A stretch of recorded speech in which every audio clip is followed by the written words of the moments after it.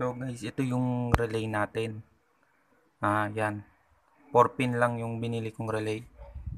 So, ito ang gagamitin natin. So, ito yung busina nyo. Yung original na busina. May dalawang linya doon. Positive and negative. So, baliktaran naman yan dito sa busina kahit saan nyo isuksok yan dito. Bali, ito yung gagamitin nating linya. Na original nyo na linya ng busina. Bunutin nyo. Yan. So, pag nabunot nyo na, ito yung relay. So, kung nakikita nyo, merong mga sakit na nakalawit. So, itong dalawang pantay na to, yan, to. Itong dalawang to, yan. Tignan nyo mabuti guys para matandaan nyo. Yan. Dito nyo ikakabit yung original na sakit ng busina nyo. So, baliktaran yan dyan, guys. Kahit saan yung positive, negative. Yan.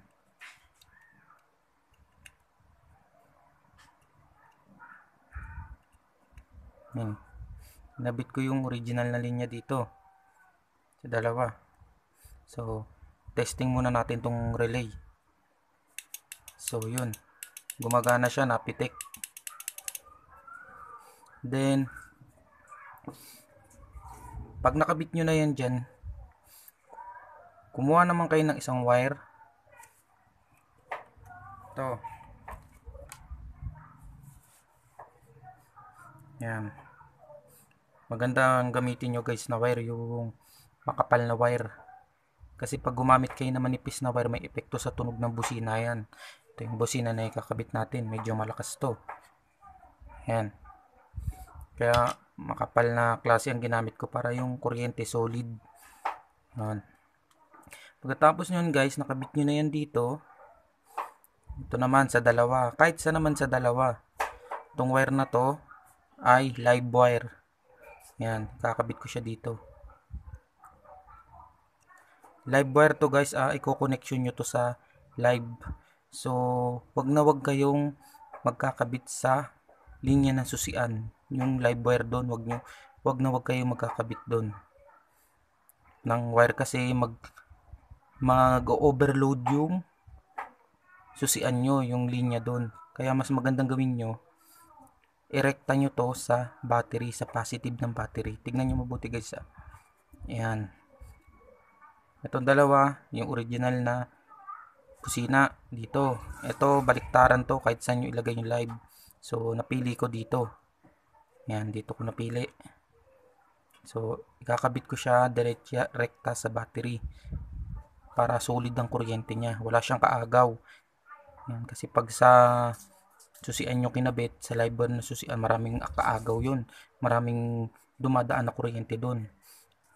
Kaya rerekta ko siya sa battery.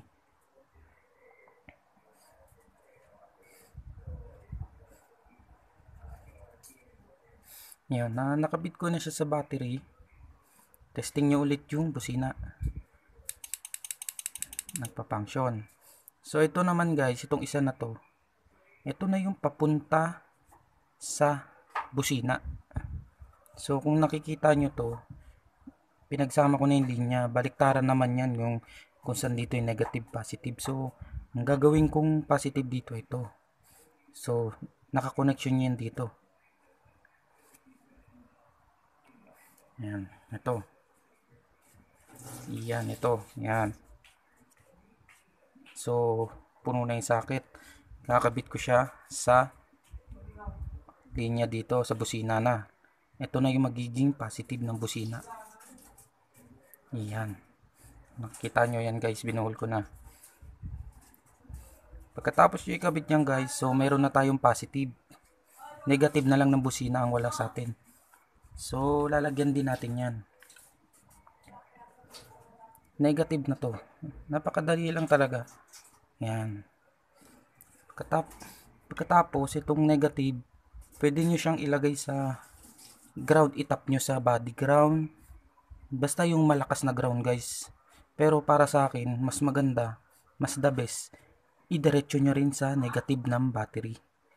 Kasi wala ngang kaagaw sa ground, diretso talaga't lahat. Wala siyang ibang dadaluyan kundi rektad busina lang. So ikakabit ko siya sa ground.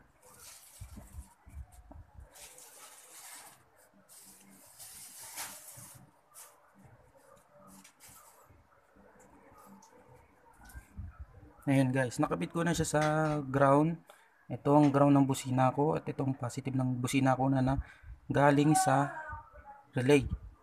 So, testing. Napakalakas, di ba? Kasi solid yung kuryente, wala siyang kaagaw. Kaya mas solid yung tunog ng busina mo, mas malakas. Bukod sa iba, kung idadaan mo ito sa susian, so maraming kaagaw, marami siyang pinapatakbo na ibang linya. Kaya mas maganda, the best, rekta mo sa battery yung positive output nito. Ito. Ayan. So wala namang guys epekto to kung irerekta mo sa battery kasi nakadaan sa fuse yung relay mo. Hindi gagana ang relay mo hanggat hindi mo pinipindot yung busina. Gets nyo naman to siguro. Napakadali lang, 'di ba guys? Ayun, sana natulungan ko kayo. Sana na-gets nyo rin. Pwede nyo naman ulit-ulitin tong video. Maraming salamat.